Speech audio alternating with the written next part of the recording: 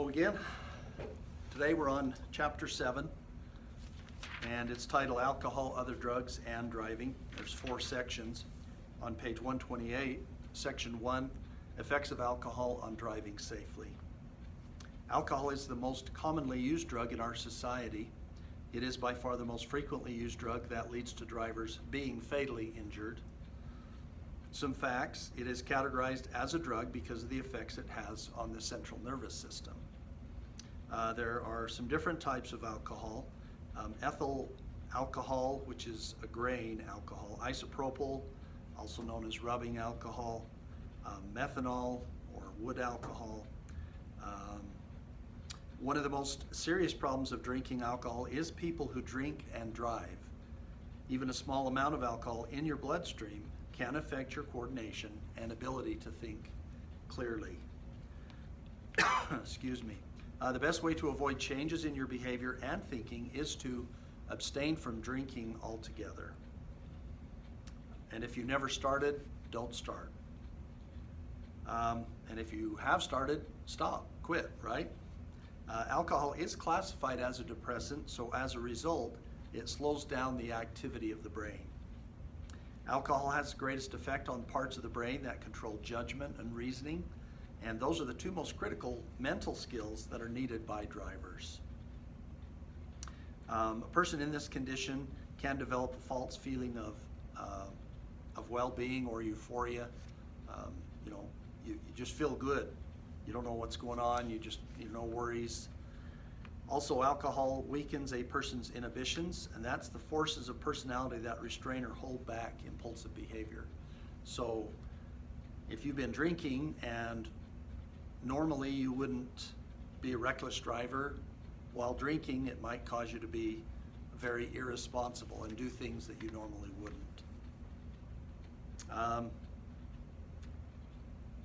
Again, the driver might drive too fast, take needless risks, even drive into high-risk situations without knowing or caring.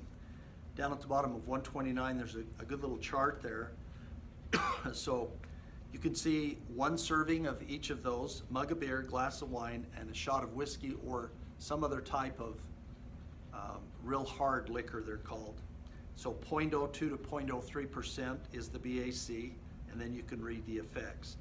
3 servings of each, anywhere from 0.05 to 0.08, and then 4 servings, 0.10 to 0.12%. Now, probably 30 years ago, most states in the country had a blood alcohol content, or concentration is what it actually is, of 0.10, and then there were 4 states, which Utah was one of those, had a 0.08. Now every state in the country has 0.08 except Utah, and ours is now 0.05. A lot of people had a problem with that, thinking, oh, people aren't going to want to come here.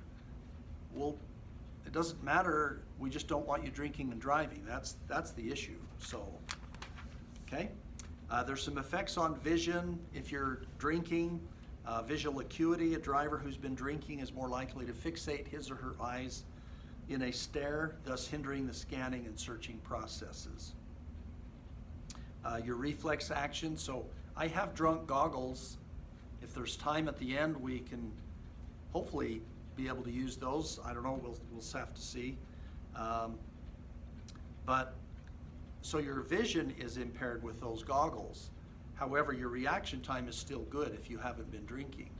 But a person who's been drinking, their vision is affected and the reaction time. So the pupils do not become smaller quickly as the headlights approach, and they are slow to open after the bright lights pass. As a result, the driver can be temporarily blinded and may continue to have blurred vision for some time afterward. After several drinks, however, coordination of the images becomes impaired. Depth perception: drivers who drink cannot accurately determine the speed or distance of approaching vehicles. These drivers even lose the ability to judge their own speed or stopping distance. Narrowing the peripheral vision, so driver must turn and look to the sides for potential problems. So instead of being able to look straight ahead again and see that movement on the sides, you might have to turn your head a little bit to be able to see that. A driver impaired by alcohol might oversteer, brake late, or accelerate suddenly. If a large amount of alcohol is consumed in a short period of time, the drinker becomes unconscious and death may follow. Long-term use of alcohol can lead to alcoholism and addiction to alcohol. So alcohol is going to kill you one of three ways. So if say you're a person who's never drank, you go off to college, mom and dad aren't there, nobody's there to tell you not to go do that, and you just think, oh, I'll go ahead and go to that party, and you drink a lot. And we called it, and you get plastered or hammered, or you are just way drunk, okay? Because your body's not used to it, you can get alcohol poisoning and you can die. The second thing it might do is kill you in a car wreck. Either you drinking and driving and you smash into a tree, or head on into somebody else, and they have also died through alcohol, but they weren't the ones drinking. So a car crash. And then the third one, if you're continuing to drink through your life, you'll die of liver failure because it will eat up your liver. Okay, the amount of alcohol detected in a person's bloodstream is called blood alcohol concentration. Beer, wine, and liquor can be thought of as drinks. In standard sizes, all drinks have about the same amount of alcohol. So we looked at those pictures, okay? Mug of beer, glass of wine, shot of whiskey. They get smaller, but the alcohol in the three is the same. The word proof describes the strength of liquor. By dividing liquor's proof number by 2, you can determine its approximate percentage of alcohol. So if a bottle of vodka or whiskey or whatever is 180 proof, then that means that it's 90% alcohol. Factors that affect BAC, the period of time over which alcohol is consumed, and body weight. So a heavier person may be affected less by the same amount of alcohol than a person who weighs less. So yeah, 300-pound guy, 100-pound little girl, young lady, okay, the guy isn't going to be as affected as much. Again, there's the chart at the top you can look at. When alcohol is mixed with carbonated beverages, the rate of absorption is even faster. So, I don't know, what's rum and Coke, I think, is something that people drink. That would make the alcohol be absorbed faster. The safest decision a person can make about drinking alcohol is to abstain entirely. Controlling impairment.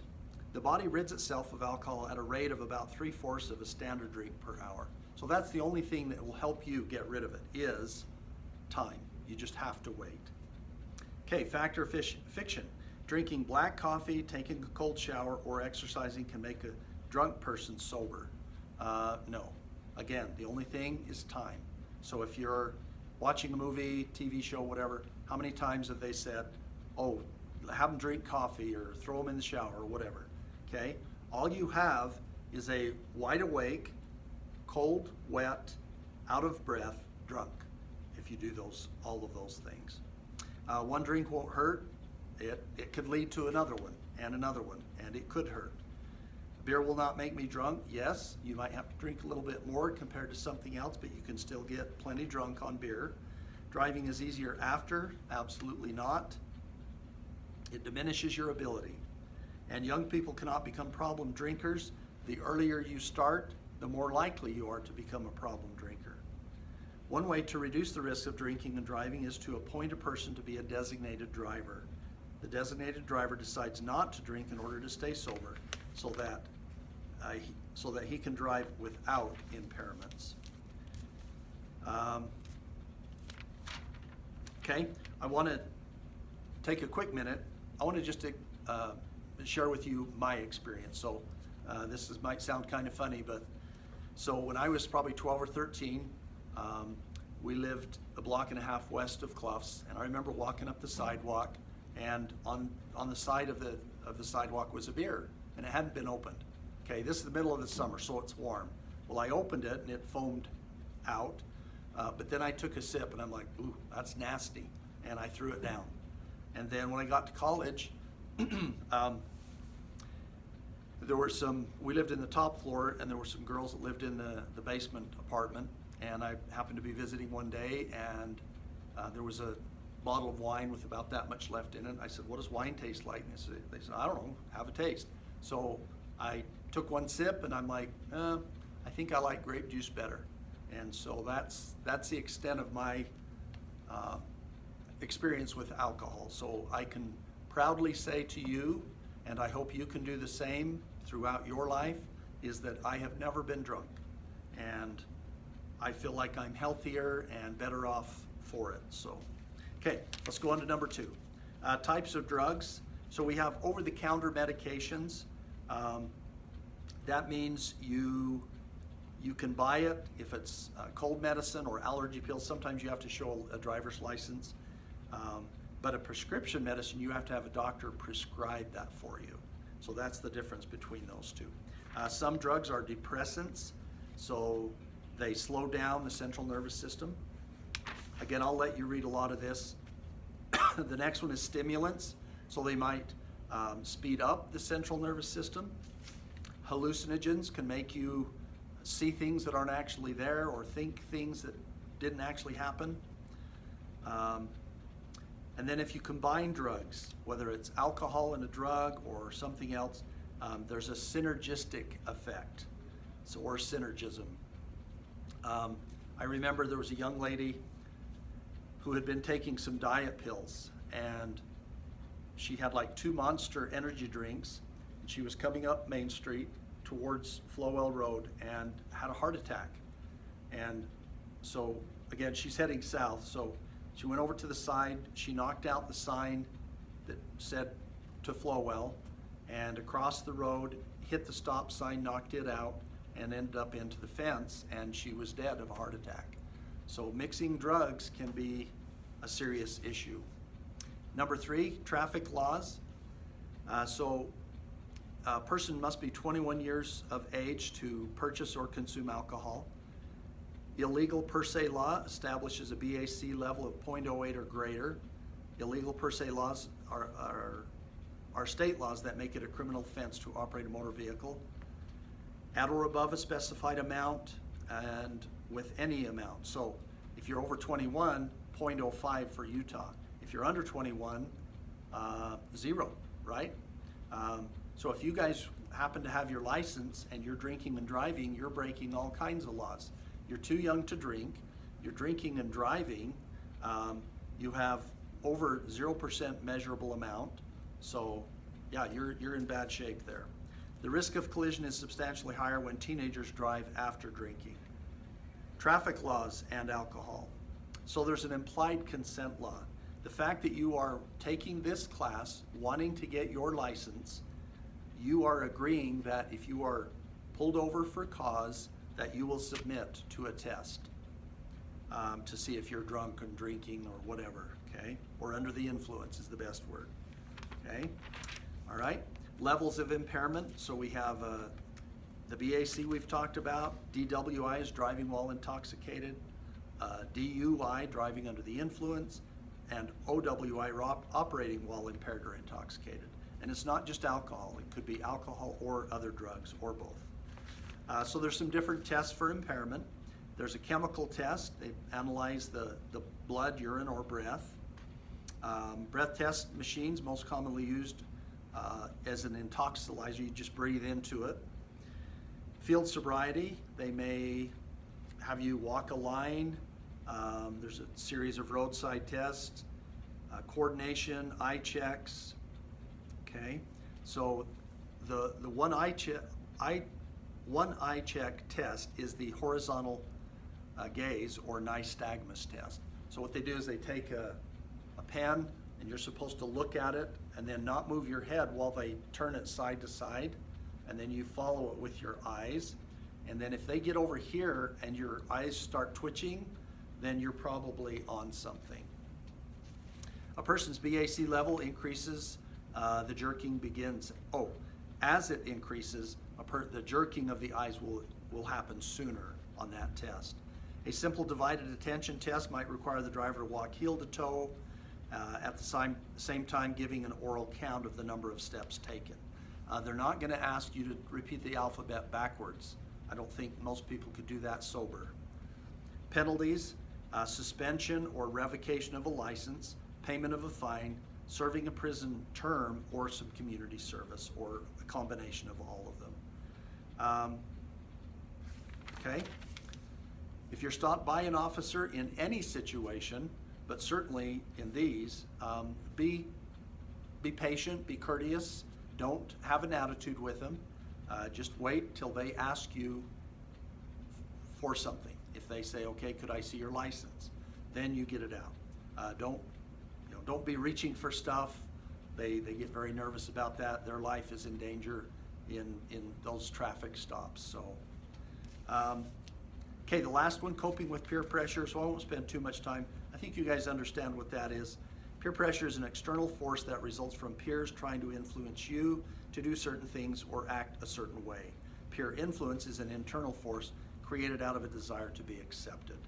So positive peer pressure, you can encourage and be supportive of your friends as you're interacting with them. And negative peer pressure, encourage you to do something that you believe is wrong or dangerous. So some peer refusal skills. If somebody's wanting you to do something you feel is wrong, okay? Use humor. Walk away from the situation. Ask a question to them. Put the pressure back onto them. Just keep repeating, no, you don't want to do it.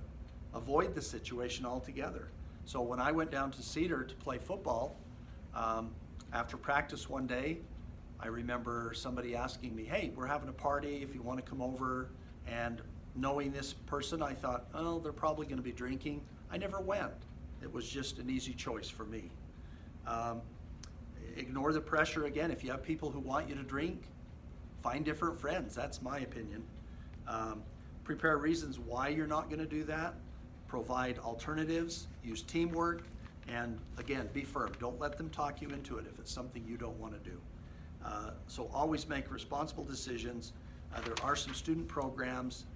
Peer education is a process in which young people help other people make decisions and determine their goals. And then there's some programs.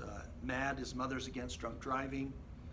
Alliance Against Intoxicated Motorists, AIM, and Students Against Destructive Decisions, SAD. And then there's also AA, Alcoholics Anonymous, and Alateen, so Alcoholics Anonymous for teenagers. One final thing. A person can be told many, many times that, you have a problem, you should get some help, and they're like, yeah, I know. But until that person decides by themselves, yeah, I've got a problem, I need help, and then they willingly go and get that help, there's really nothing that we can, that you could tell them or do for them. So again, just like they say, just say no. Okay, thanks.